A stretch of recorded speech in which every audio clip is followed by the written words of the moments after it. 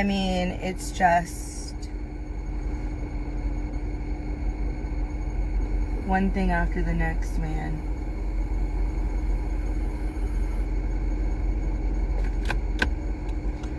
So I'm not having surgery tomorrow.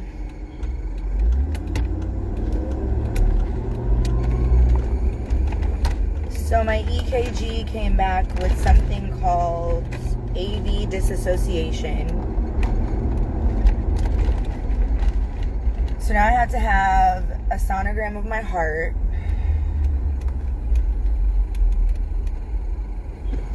And you know, I think I'm just like super frustrated because I have so much on my plate emotionally right now, and mentally and spiritually, and I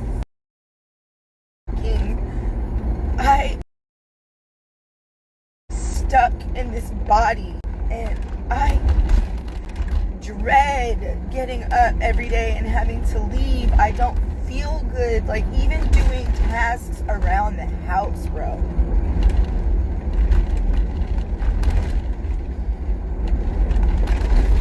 And I'm grateful to have doctors that basically my EKG said my heart rate was slow. And like all my blood work is fine. My blood work is fine. My chest x-ray came back great. My EKG, if you were on that live, she said it was fast. They're saying it's slow with like high something. They asked me like, do I have trouble breathing or whatever? And I'm just like, no. But I think too, just everything I went through last year and everybody calling me a liar and no one really understanding how fucking stressed I was and depressed I was and all of the shit that did to my body. It completely just...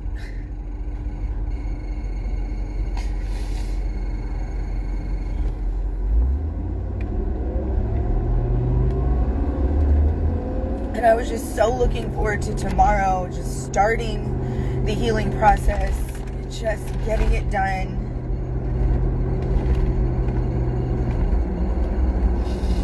Getting it over with. Feeling better about myself, for myself. My body took a huge hit. My mental took a huge hit. It's just been one death after another. Close to me, just buried another loved one on Saturday. It's just, it's taxing. Life, when you deal with real depression and real anxiety, is so hard. Just in general, life is hard for everyone on a day-to-day basis. It is hard for everybody. Everybody. You don't have to have depression. You don't have to have anxiety. You don't have to have a grave mental illness for life to just be hard. Shit. Being a kid and getting up every day and going to school with all the pressures and the different curriculums and school shootings and mass shootings and kids snatching kids up. Kids are got it hard, you know? And then compile that. And no one really gave a fuck about people's mental health until the goddamn pandemic. And then all of a sudden people realize, oh, my mental health being affected doesn't mean I'm crazy. It means my mind is just without the normal rigmarole of my usual day-to-day. I'm struggling being stuck in the house. But for those of us who deal with depression and anxiety, it was almost like an even playing field. I don't have high functioning depression. I'm the total fucking opposite. Being at home, I've gotten too comfortable, actually, being in the house. It's been over a year. As of now, as of March of this year, it's just been a lot, man. And when you think that tomorrow is going to be the starting point for you, where you're going to start to feel like, see, therapy, grief counseling, psychiatry, switching up my antidepressants, my sleeping pills, all that stuff, like staying to myself, really exercising healthier habits, you know, like that was the first step. before I made any decision about my body and giving my body grace, that was the first step to even being able to do that. So when you think you're going to wake up tomorrow and tomorrow's going to be day one of you starting to feel better about your physical being, and now it's like there's something within your physical body potentially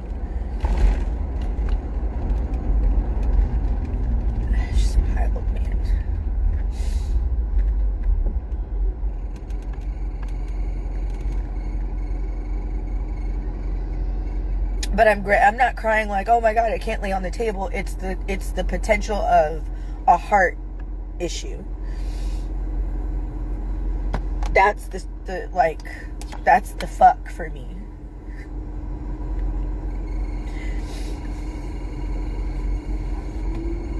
A heart issue that otherwise I've never heard of.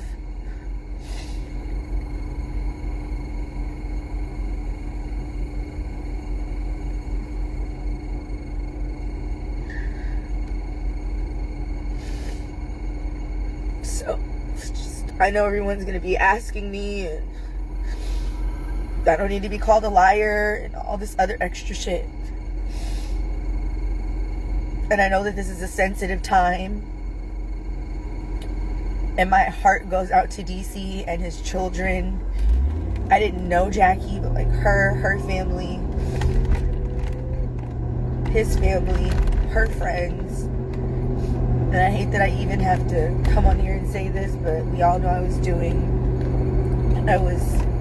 vlogging my journey, and we made a decision not to post anymore out of respect. But I also want to stress the importance to you guys of, like, if you're thinking about making this decision, you really gotta do the necessary preoperative workups, because had it not been for this, I never would have known that I potentially have a heart condition, you know? And I'm grateful to Dr. Shaffa. I'm grateful to Eddie. I'm grateful to Dr. J. I'm grateful to Joy. I'm grateful to all of the PRM staff at West Hills for taking my health seriously and not just saying, you know, because they're like, we're sure it's nothing. You could have just been nervous, blah, blah, blah, blah, blah. But we want to be absolutely sure. So we want you to go see a cardiologist. A lot of doctors will say, oh, I'm pretty sure it's nothing. You were just nervous. Come back in. Let's take another EKG. As long as that's clear now, you know, you'll be fine tomorrow morning. And it very well could have cost me my life, you know.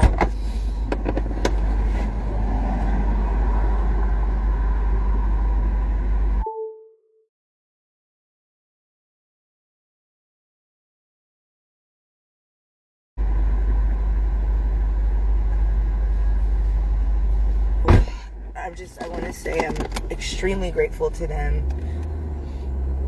This is like a twofold, it's a double-edged sword for me. So, just stressful. But I maintain the same, you know, God makes no mistakes. I had to start taking the Chantix to quit smoking for surgery. Started eating better, regulated my sleep, changed my diet for the most part. No drinking. I did have a couple drinks at the repast on Saturday, which was hilarious because that took me all the way out. But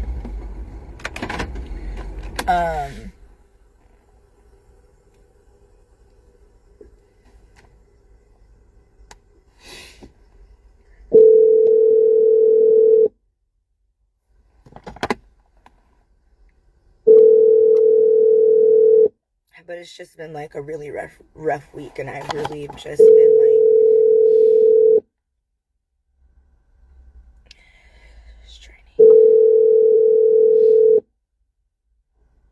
so they sent me a picture.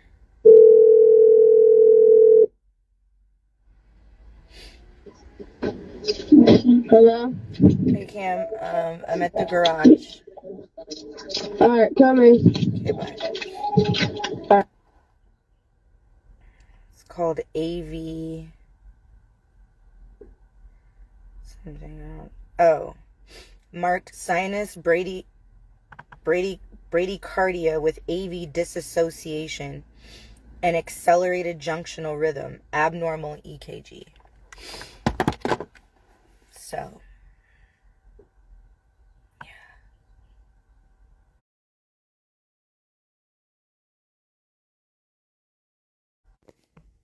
Sorry, I don't know what happened, but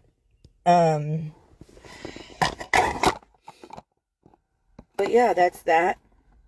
So we're going to get all of that checked out by a cardiologist. Yeah, they said it was slow with um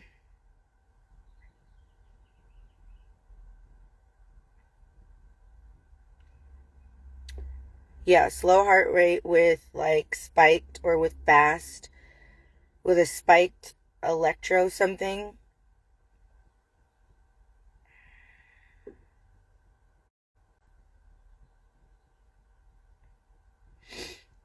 So just gonna go get it all checked out.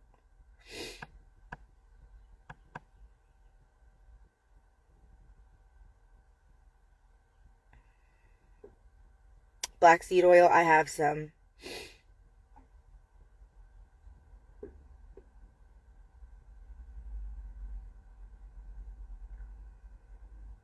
Yeah, they're great doctors.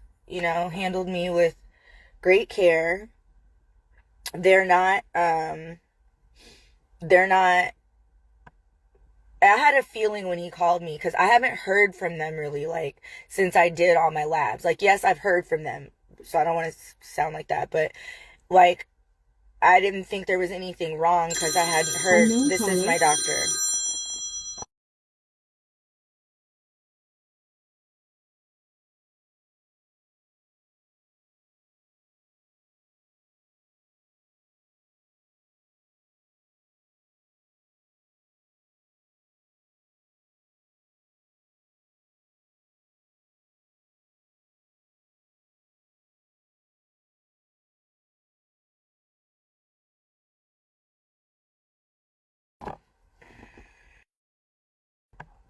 So they're looking for a good cardiologist. So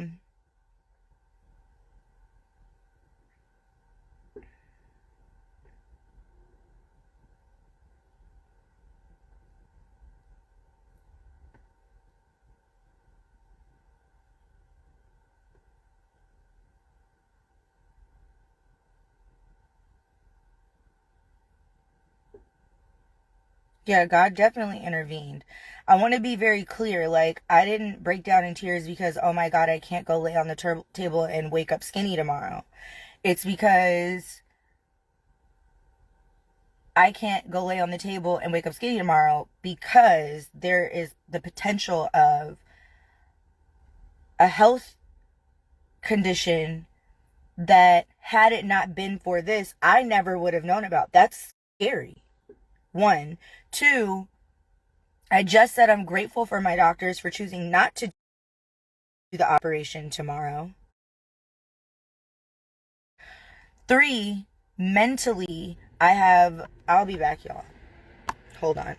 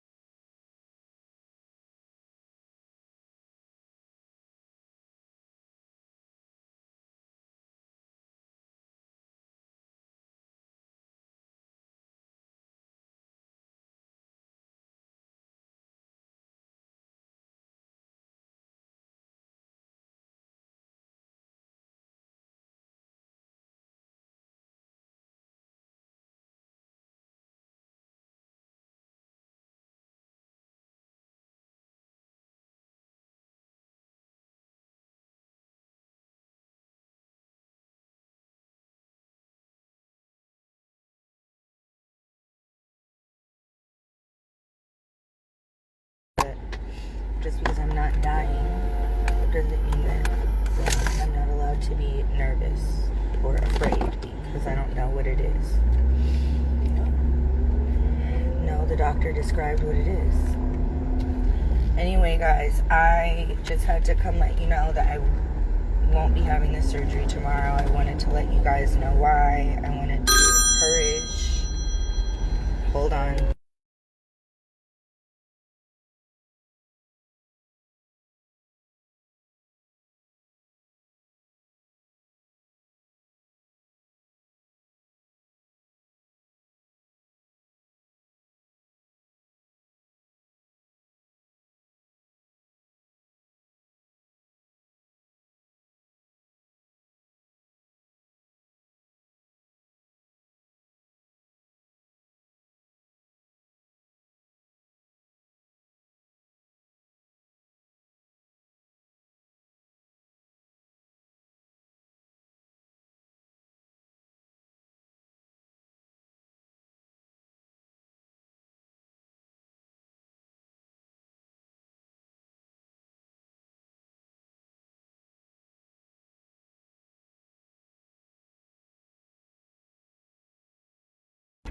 Okay, and then after I have the echo, how quickly do you get the results?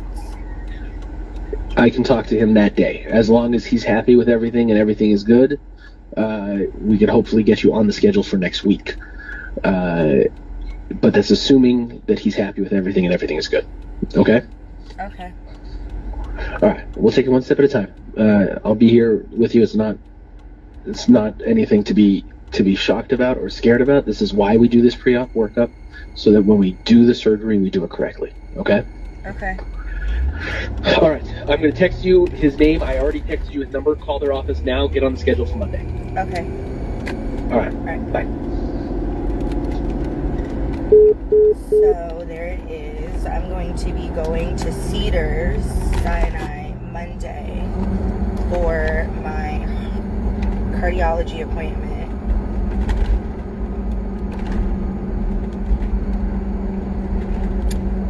So, yeah. He reviewed the EKG with the cardiologist, he said, and the cardiologist agrees that I need to be seen. So, that's what will happen.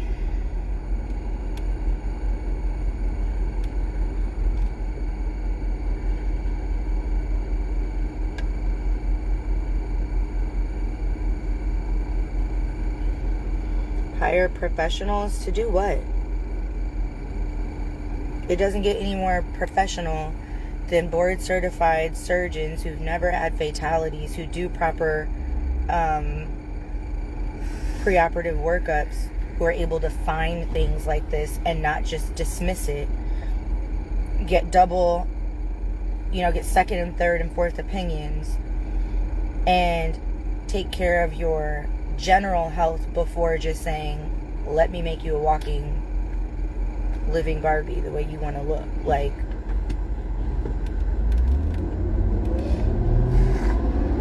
and I'm not just going to go to some urgent care. I'm going to an actual cardiologist who will on that day review the results with the plastic surgeon, and not only that.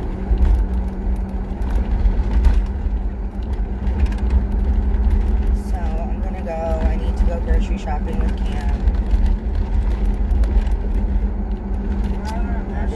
Because there's no food at the house.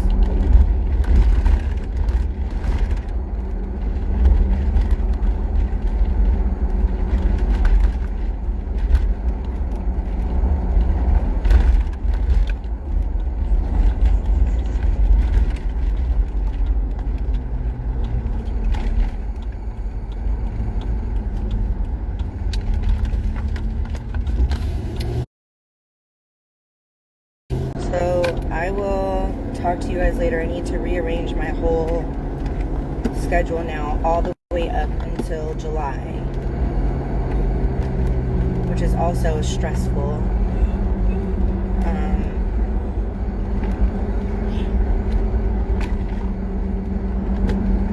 But hey, it is what it is.